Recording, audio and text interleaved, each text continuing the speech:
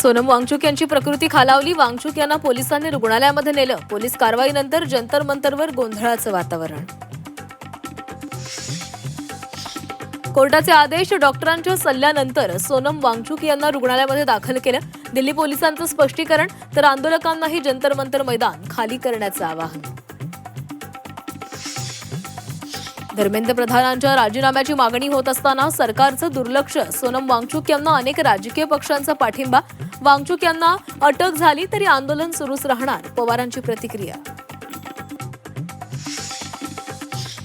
केंद्र सरकारकडून सोनम वांगचुक यांचं आंदोलन दडपण्याचा प्रयत्न. ठाकरेंच्या नेत्या सुषमा अंधारेंचा आरोप, तर सरकार असंवेदनशील आणि भावनाशून्य असल्याचा दमानी यांचा घणाघात.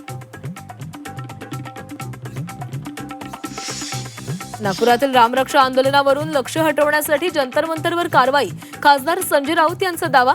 वांगचुक यांच्या आरोग्याची एवढी काळजी, मग आधीच चर्चा का नाही, राऊतांचा सवाल.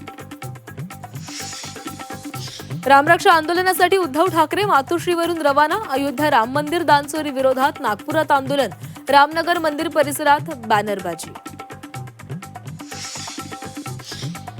उद्धव ठाकरेंच्या आंदोलनाला भाजप नेता नवनीत राणा उत्तर देणार. अमरावतीच्या हनुमान गढीवर राणा हनुमान चालीसा पठण करणार.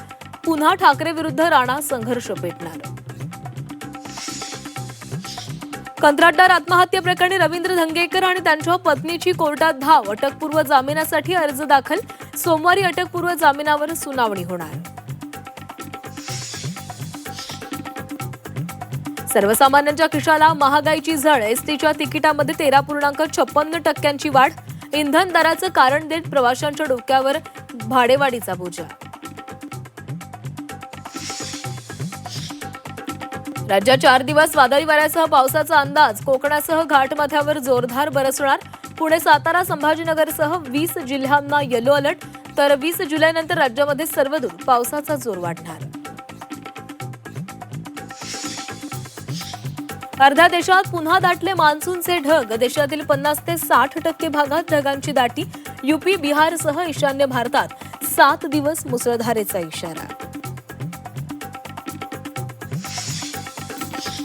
रत्नागिरीतील रघुवीर घाटामध्ये मुसळधार पावसामुळे दरड कोसळली. सातारा आणि रत्नागिरीचा संपर्क तुटला. दरड हटवण्याचं काम युद्धपातळीवर सुरू.